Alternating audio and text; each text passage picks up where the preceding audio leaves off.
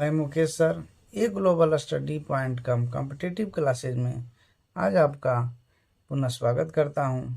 आज के इस सेशन में मैं आप लोगों के लिए राजनीति शास्त्र के अति महत्वपूर्ण बहुवैकल्पिक प्रश्नों का संग्रह लेकर आया हूं। ये सभी प्रश्न आपके आगामी आने वाले बोर्ड परीक्षा को ध्यान में रखकर बनाया गया है। ये उन सबके लिए महत्वपूर्ण है जो बोर्ड परीक्षा में सम्मिलित हो रहे हैं और साथ ही साथ उनके लिए भी महत्वपूर्ण है जो किसी प्रतियोगी परीक्षा की तैयारी कर रहे हैं। अतः सभी प्रश्नों को ध्यान से देखिएगा, सुनिएगा और इसका अवलोकन करिएगा। प्रश्न संख्या 1 से प्रारंभ करते हैं।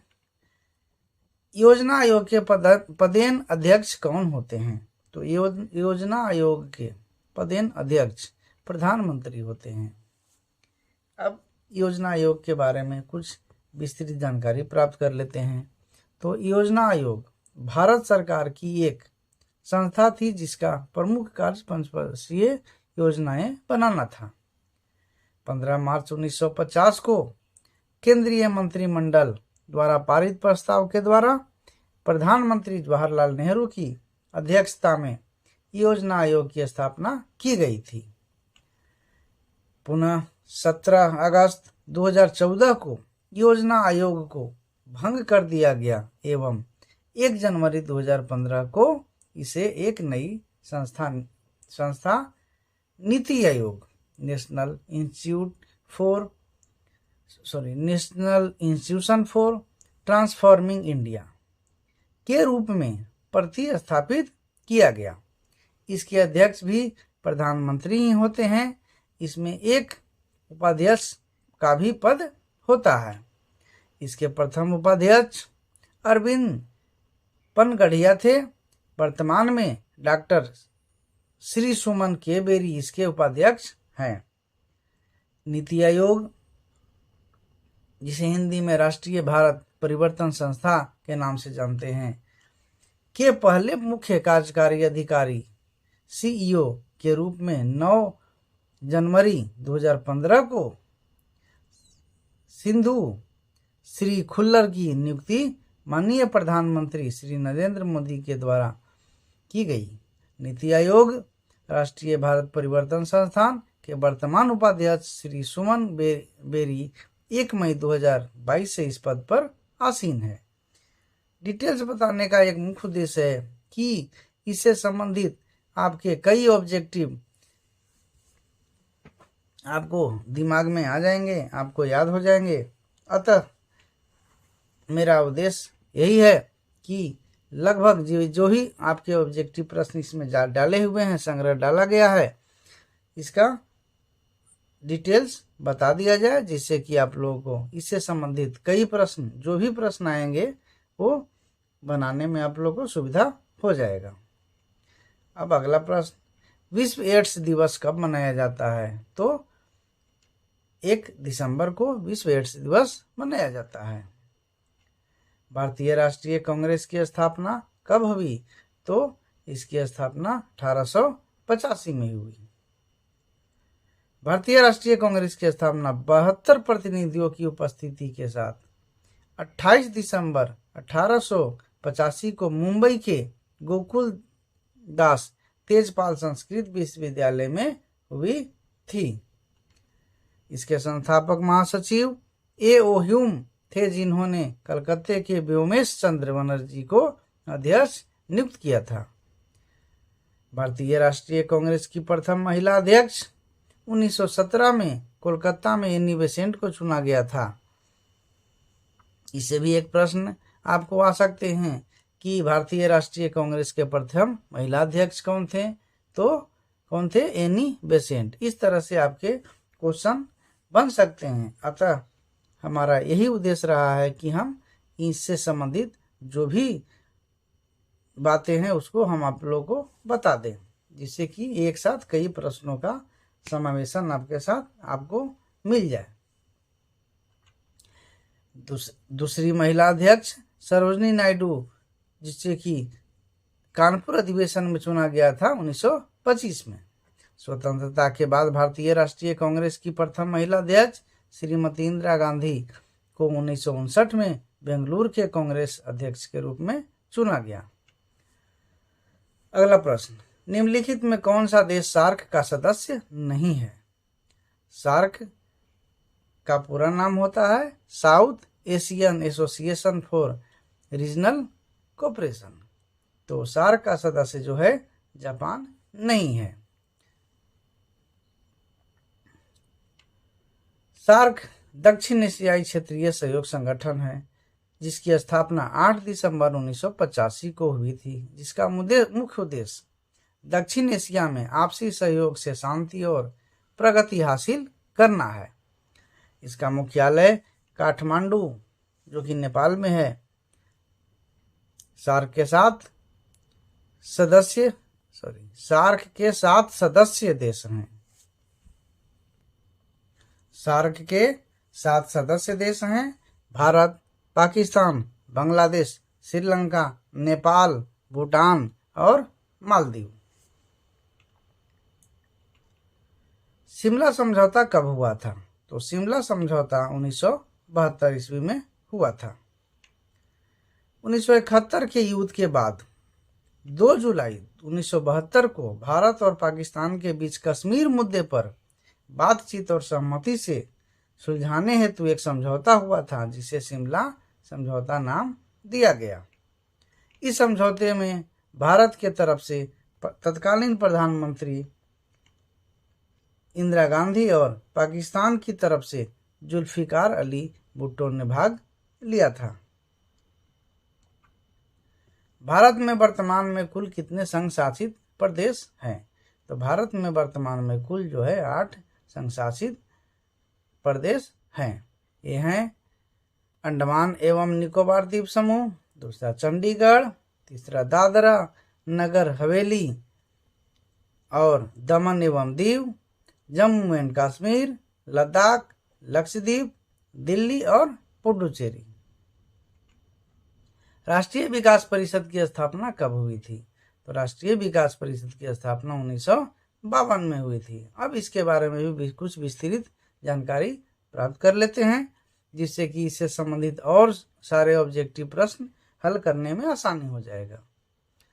राष्ट्रीय विकास परिषद की स्थापना 6 अगस्त 1952 को भारत में विकास के मामलों पर निर्णय लेने तथा उन पर विचार विमर्श के लिए बनाया गया एक कार्यकारी निकाय है जिसकी अध्यक्षता प्रधानमंत्री करते हैं। अब देखिए एक प्रश्न और आ गया, राष्ट्रीय विकास परिषद की अध्यक्षता कौन करते हैं? तो प्रधानमंत्री करते हैं। इससे भी प्रश्न बन सकते हैं। अगला, ताशकंद समझौता कब हुआ था? तो ताशकंद समझौता 1966 में हुआ था। ताशकंद समझौता भारत और पाकिस्तान के बीच 10 जनवरी 1966 को हुआ। यह एक शांति समझौता था। यह समझौता भारत के प्रधानमंत्री लाल बहादुर शास्त्री तथा पाकिस्तान के प्रधानमंत्री अयूब खान की लंबी वार्ता के उपरांत 11 जनवरी 1966 ईस्वी को ताशकंद सोवियत संघ वर्तमान में उज्बेकिस्तान में हुआ। भारतीय संविधान के किस अनुच्छेद के तहत वित्तीय आपातकाल लगाया जाता है? तो वित्तीय आपातकाल जो है अनुच्छेद 360 के अंतर्गत लगाया जाता है। अब जो है आपातकाल से संबंधित कुछ और जानकारी प्राप्त कर लेते हैं। तो भारतीय संविधान में आपात उपबंधों को 3 भागों में बांटा गया है। एक क्या है? एक राष्ट्रीय आपात जो कि अनुच्छेद 352 के तहत लगाया जाता है। राज्यों में संवैधानिक तंत्र की विफलता या राष्ट्रपति शासन, वह जो है अनुच्छेद 356 के तहत लगाया जाता है। और वित्तीय आपातकाल यह जो है अनुच्छेद 360 के अंतर्गत लगाए जाते हैं। आपके प्रश्न में वित्तीय आपात था जो कि 360 के अंतर्गत लगाए जाते हैं। अब जो है तीनों आपात के बारे में अलग अलग जानकारी प्राप्त कर लेते हैं। तो राष्ट्रीय आपात भारतीय संविधान के अनुच्छेद 352 के अनुसार देश में यदि कोई असाधारण स्थिति उत्पन्न होती है जो युद्ध या किसी बाहरी प्रतिगम आक्रमण या विद्रोह के कारण देश की शांति, सुरक्षा या अस्थिरता को खतरे में डालती है तो इस स्थिति में राष्ट्रीय आपातकाल घोषित किया जा सकता है।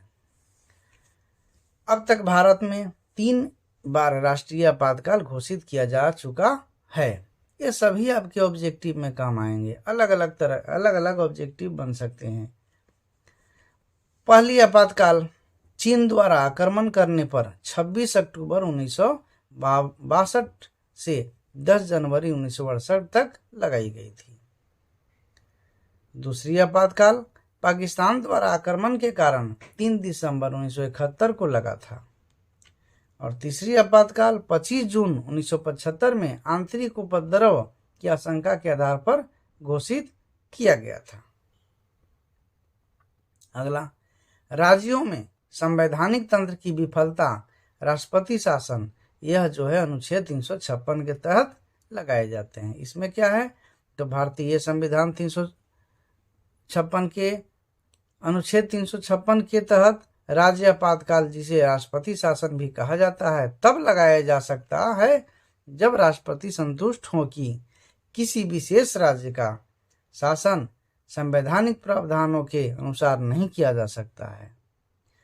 अगला, वित्तीय आपातकाल, तो भारत में आर्थिक संकट के समय या ऐसी स्थिति में जो वित्तीय अस्थिरता के कारण बन सकती है, राष्ट्रपति को भारतीय संविधान के अनुच्छेद 360 के तहत वित्तीय आपातकाल की उद्घोषणा करने का अधिकार है।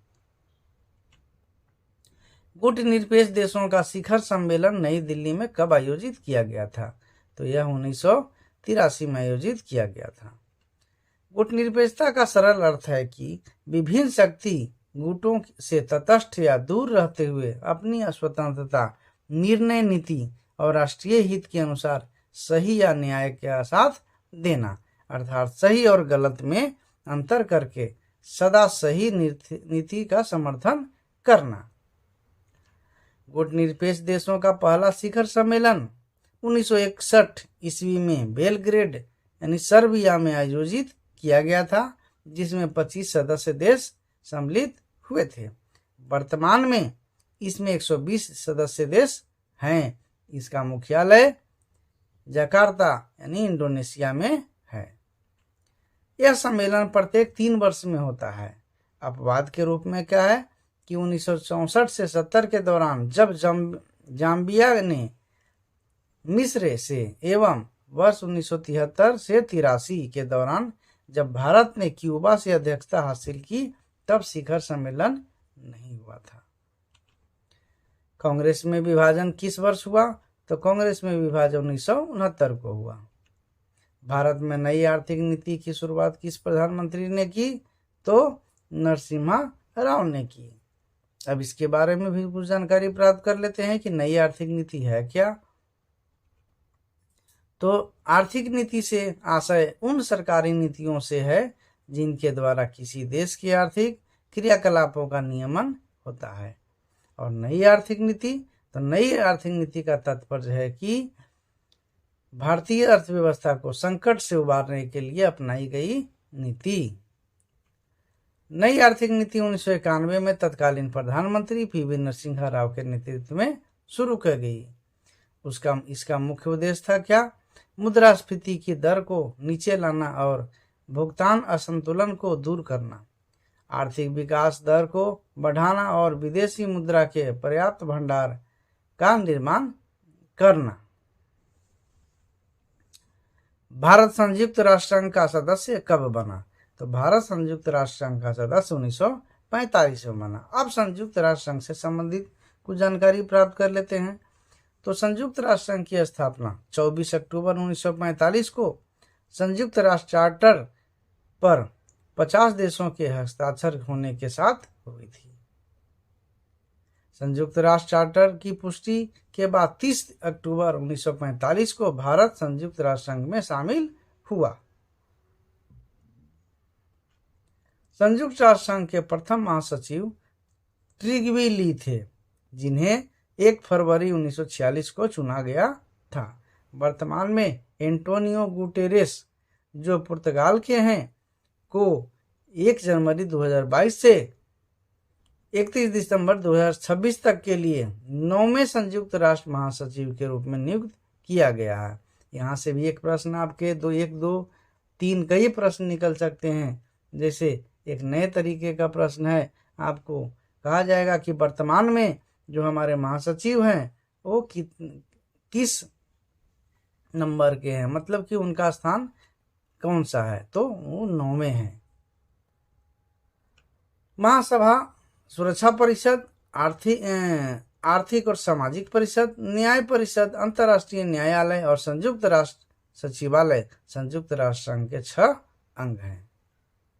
एक प्रश्न यहाँ भी हो जाएगा कि संयुक्त राष्ट्र संघ के कितने अंग हैं, तो 6 अंग हैं।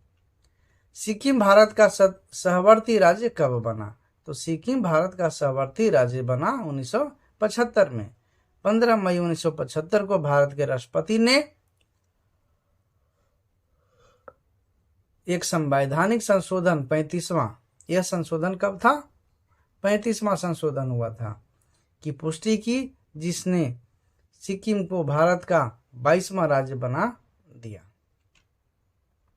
किस संविधान संशोधन के द्वारा नगर निकाय को संवैधानिक दर्जा दिया गया, तो यह संविधान संशोधन 74वां है।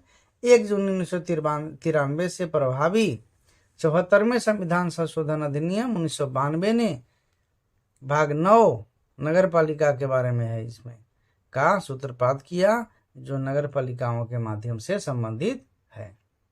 सर्वप्रथम किस राज्य में महिलाओं को पंचायतों में 50% आरक्षण दिया गया, तो यह बिहार है। अनुसूचित जाति संघ के संस्थापक कौन थे, तो BR अम्बेडकर थे। ठीक है। अखिल भारतीय अनुसूचित जाति महासंघ की स्थापना नागपुर में अनुसूचित जातियों के राष्ट्रीय सम्मेलन में की गई थी। भारत में वर्तमान में कुल कितने राष्ट्रीय दल हैं, तो वर्तमान में 6 राष्ट्रीय दल हैं। ये कौन कौन है, तो भारतीय जनता पार्टी, भारतीय राष्ट्रीय कांग्रेस, बहुजन Samaj Party, Bharatiya Communist Party, National People's Party और आम आदमी पार्टी। भारतीय जनता पार्टी की स्थापना कब हुई, तो 1980 में हुई। कारगिल युद्ध कब हुआ था, तो कारगिल युद्ध हुआ था 1999 में। भारत के प्रथम शिक्षा मंत्री कौन थे, तो भारत के प्रथम शिक्षा मंत्री थे अबुल कलाम आजाद। 1975 में राष्ट्रव्यापी आंदोलन का नेतृत्व किसने किया था, तो जयप्रकाश नारायण जी ने किया था। संयुक्त राज्य अमेरिका में कुल कितने राज्य हैं, तो संयुक्त राज्य अमेरिका में कुल 50 राज्य हैं। अनुच्छेद 370 किस राज्य से संबंधित है, जम्मू का, तो यह जो है जम्मू कश्मीर से संबंधित है। अब इसके बारे में कुछ थोड़ी जानकारी प्राप्त कर लेते हैं। तो धारा 370 के प्रावधानों के अनुसार संसद को जम्मू कश्मीर के बारे में रक्षा, विशेष मामले और संचार के विषय में कानून बनाने का अधिकार है, लेकिन किसी अन्य विषय से संबंधित कानून को लागू करवाने के लिए केंद्र को राज्य सरकार का अनुमोदन चाहिए। इसी विशेष दर्जे के कारण जम्मू कश्मीर राज्य पर संविधान की धारा 356 लागू नहीं होता है। और संविधान की धारा 356 पूर्व में ही बता दिया जा चुका है कि यह क्यों लगता है। यह राज्य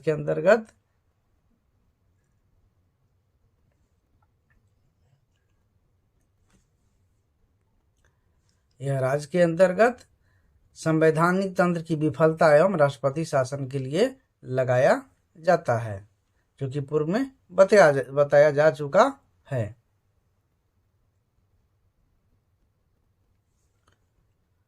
केंद्र सरकार ने 5 अगस्त 1919 को अनुच्छेद 370 के प्रावधानों में बदलाव कर जम्मू कश्मीर को विशेष राज्य को खत्म कर दिया। उसके बाद से जम्मू कश्मीर अब देश के बाकी राज्यों जैसा हो गया। पहले केंद्र सरकार का कोई भी कानून यहाँ लागू नहीं होता था, लेकिन अब यहाँ केंद्र सरकार के कानून भी लागू होते हैं। अगला प्रश्न, इंदिरा गांधी की हत्या किस वर्ष हुई, तो इंदिरा गांधी की हत्या 1984 में हुई। यह जो है इंदिरा गांधी को जो है उन्हीं के सुरक्षा कर्मियों ने गोली मारकर उनकी हत्या कर दी थी। और मेरे विद्यार्थियों, इसी के साथ आज का हमारा ये महत्वपूर्ण प्रश्नों का संग्रह समाप्त होता है। और वीडियो को अंत तक देखने के लिए आप सभी को धन्यवाद। इसी तरह से मैं आप लोगों के लिए वीडियो लाता रहूँगा। आपसे एक निवेदन है कि कृपया लाइक, शेयर एवं सब्सक्राइब अवश्य कर दें।